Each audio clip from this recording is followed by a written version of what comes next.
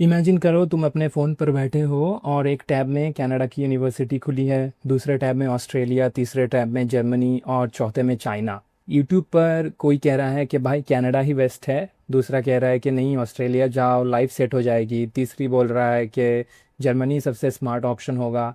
और 2 घंटे बाद तुम पहले से ज़्यादा कंफ्यूज्ड हो। अगर तुम अभी अपने फ्यूचर को लेके यही फील कर रहे हो तो ट्रस्ट मी, मैं भी बिल्कुल इसी जगह पर था। और शायद मेरा सिचुएशन थोड़ी और अजीब थी, क्योंकि मैं सीधा स्कूल से यूनिवर्सिटी जाने वाला स्टूडेंट नहीं था। मैं पहले से ही विदेश में काम कर चुका था, जैसे कि मैं यूएस में था, सऊदी अरेबिया में भी काम किया। मुझे रियल वर्ल्ड का एक्सपीरियंस था। मुझे पता था कि इंटरनेशनल लाइफ कैसी होती है। इसीलिए मुझे लगा था कि मेरे लिए कंट्री चुनना आसान होगा, है कि नहीं। लेकिन हुआ इसका बिल्कुल ही उल्टा। जितना ज़्यादा मैंने रिसर्च किया उतना ज़्यादा मैंने कंफ्यूज होता गया, और एक समय ऐसा आया जब मुझे सच में डर लगने लगा कि क्या हो जाएगा, मैं गलत कंट्री चुन लूँगा तो नहीं। क्या होगा अगर मैं सालों का मेहनत और पैसा किसी ऐसे जगह पे इन्वेस्ट कर दूँ जो मेरे लिए सही नहीं हो। क्या होगा अगर मेरा पूरा फ्यूचर सिर्फ एक डिसीजन पर ही डिपेंड कर रहा हो तो। और यहीं से मेरी पूरी सोच बदलनी शुरू हुई, क्योंकि मुझे एक बहुत ही बड़ा रियलाइजेशन हुआ। मैं कंट्री चुनने की कोशिश कर रहा था जब मुझे पहले अपना फ्यूचर चुनना चाहिए था।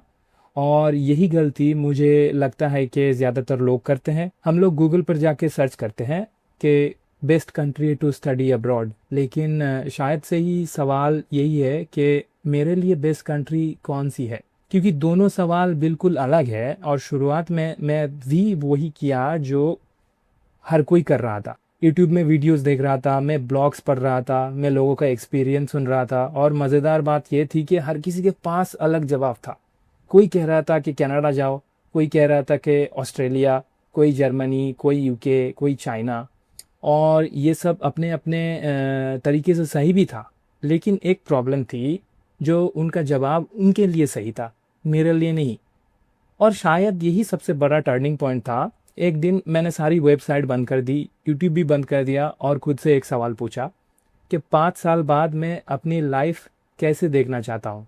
बस सिर्फ यही सवाल, और यकीन मानो कि यहीं से सब बदलना चालू हो गया। कि कंट्री असली गोल नहीं है, कंट्री सिर्फ एक टूल है। असली गोल वो लाइफ है जो तुम बनाना चाहते हो। उसके बाद मैं एक सिस्टम बनाया, बहुत ही सिंपल सा सिस्टम है। और आज तक मुझे लगता है कि यही मेरी सबसे स्मार्ट मूव थी। मैंने हर कंट्री को 3 चीज़ों पर स्कोर करना शुरू किया। तो पहला चीज़ था ये फ्यूचर, ये कंट्री मुझे 5 या 10 साल बाद कहाँ ले जा सकती है। दूसरा चीज़ इन्वेस्टमेंट, सिर्फ ट्यूशन फीस नहीं था, पूरा खर्चा, रहना, खाना, ट्रांसपोर्टेशन, सब कुछ मिला के। और तीसरी चीज़ था अपॉर्चुनिटी, इस कंट्री में मेरे फील्ड के लिए कितना मौका है, कितना ग्रोथ है, कितना इंटरनेशनल एक्सपोजर है, कितना नेटवर्क बन सकता है। और जब मैंने हर कंट्री को इन तीनों पॉइंट्स पर देखा तो एक बहुत ही इंटरेस्टिंग सा चीज़ हुआ।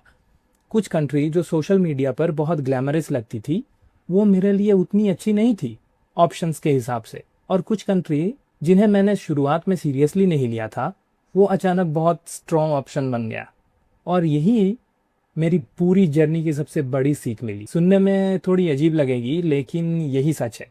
दुनिया में कोई बेस्ट कंट्री नहीं होती है, सिर्फ वही कंट्री होती है जो तुम्हारे गोल्स के लिए बेस्ट होता है, बस।